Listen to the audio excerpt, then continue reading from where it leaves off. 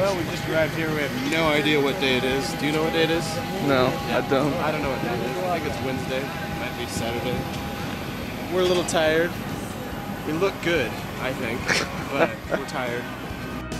As we lift up our eyes and look to your glory, call us out, let the world see you are God, and this hope is ours.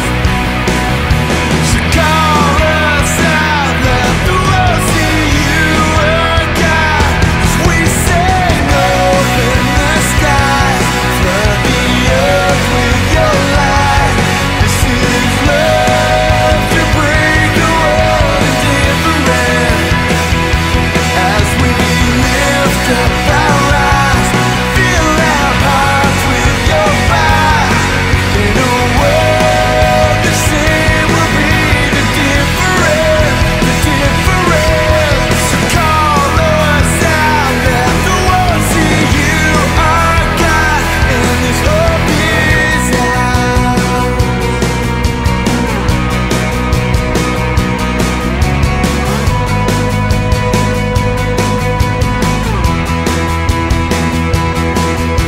Our eyes are open, every chain now broken. In this world, we are different. Let your love become us as we live to make you famous. We're in this world, but we are different.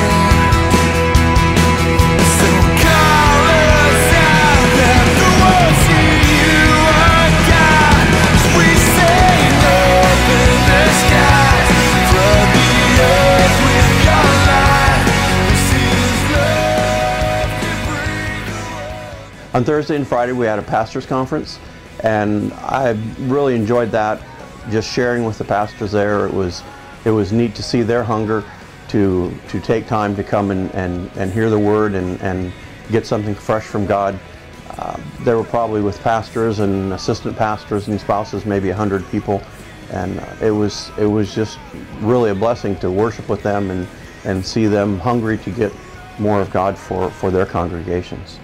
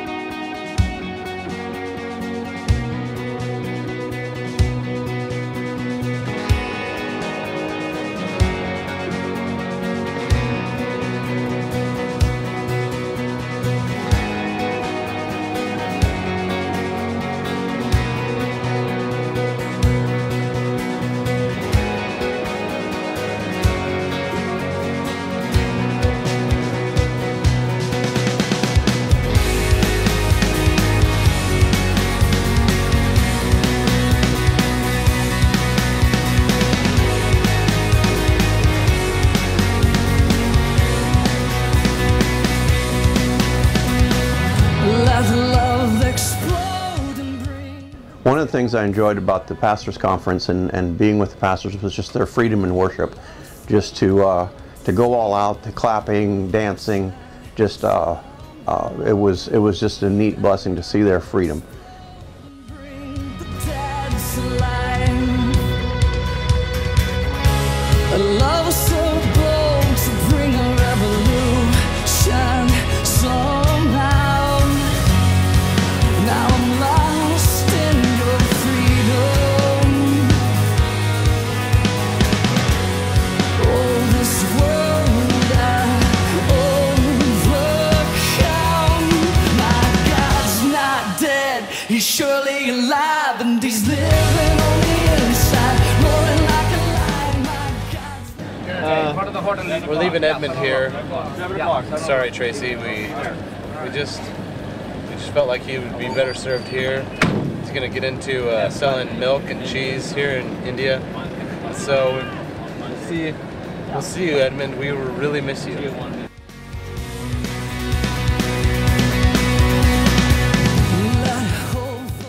Friday, Saturday, and Sunday, we had crusade meetings in an auditorium. The crusades went great. The people were so responsive, and it took us off guard because the whole congregation almost went up to the altar call, and that's not something you see very often. But we'll come to find out that India is a very spiritual country. You know, as you know, a lot of it is Hindu, and the Hindus are polytheists, and they add a lot.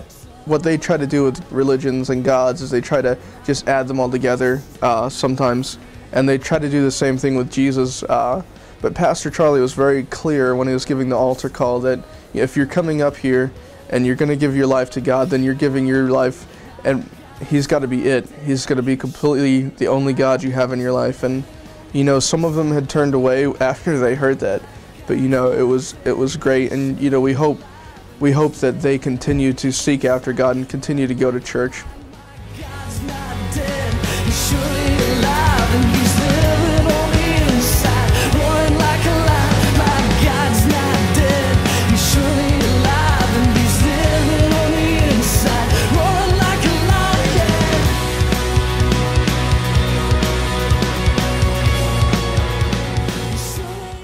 On Saturday morning, we hosted a youth conference, and worship started during this youth conference, and a whole bunch of people came up there and started dancing. Dancing is a very big thing in Indian culture. Everybody dances. And one of the boys that was up there dancing, I just looked at him, and somehow I knew, I was like, this boy doesn't, you know, really have salvation. You know, it's like he doesn't, I don't think he really knows the Lord. And as the service went on, Charlie spoke, and during the time he gave an altar call, and sure enough, this young man went up there to answer the altar call for salvation. And it was really interesting to see him later on, because after the altar call, they started up worship again, and people came to the front to dance, and I mean dance harder than I've really ever seen a group of people dance. There was literally a haze, like a fog, over the top of them because they were all dancing so hard. And I saw this young man, and it was just amazing to see the difference, even though he wasn't necessarily doing anything different as far as the way he was dancing, but yet you could just see it in him that he was no longer dancing for himself, but he was dancing in a way to please his newfound Savior. Come shake the ground with the sound of revival. There are a couple things on this trip that made it really different. One of them was that we had Dan with us, and he was providing music throughout the crusades and such, which is really great. The people really love to hear the American songs, the American music, and you know, Dan's just great fun to hang out with anyway. And the other thing was that we all got opportunities to share and give testimonies, and you know, it was so humbling just to be there and to be able to share and to be able to, you know, pour what little, you know, you have into these people, and hopefully to encourage them to keep going after God. And it was really great. It was really probably one of the best trips so far.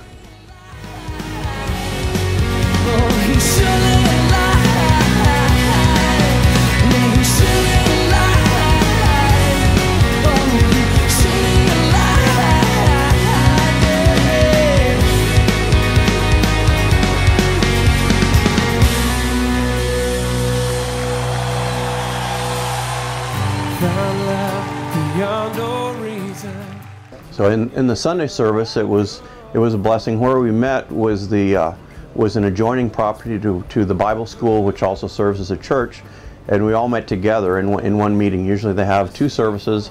This Sunday they only had one joint service, and unlike double services here, it wasn't because there was too many people. It was because there was too little space.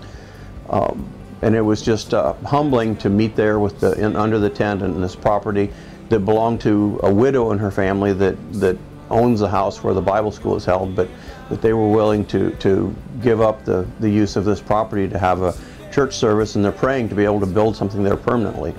And I'm sure that the property is worth a considerable amount in the local economy, and that they were willing to hang on to it in the hopes of turning it into a what they called a house of prayer. I think would just function as a church and a place to meet.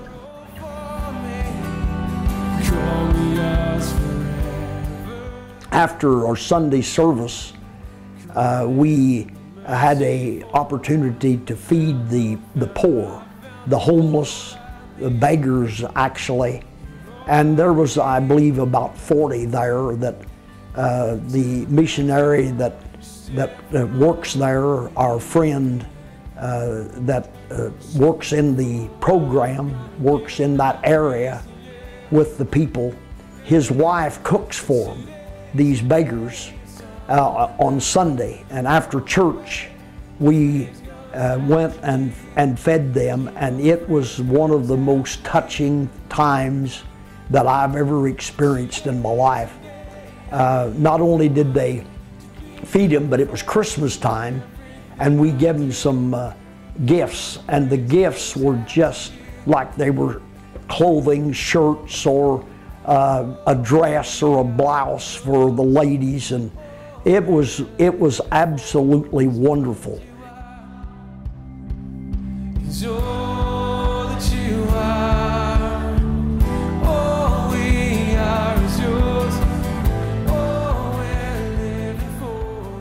One of the highlights, I think, besides the actual church service of that Sunday, was going out to the boondocks, essentially out past the edge of town, to where Paul's purchased some property, which in many places is a trend. As cities increase in size, they grow out and are continuing to grow and expand, and he's out on the edge of the direction where the city is growing. We were able to pray with him about the property and what he plans to do there, and it was just a really neat time in the middle of a field, which is at one point in time in the future will be a place to worship, a center of the Bible school. So I, for one, am gonna give my praise to you.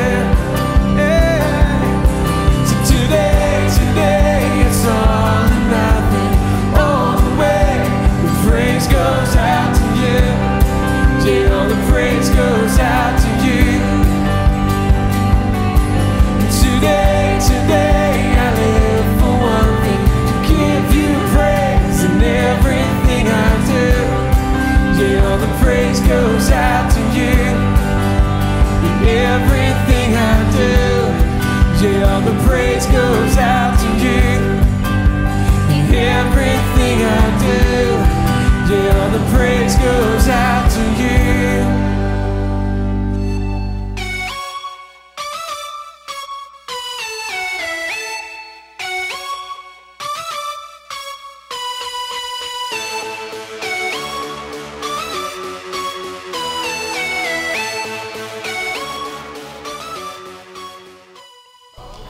So Monday of our trip, it was our last day in India, and that day was something totally different than what we'd done the rest of the days we were there. We had a school program a school assembly that we went to. There was guys on the right side, girls on the left side, about 1,000+ kids, and so it was just an amazing morning, just being with these kids.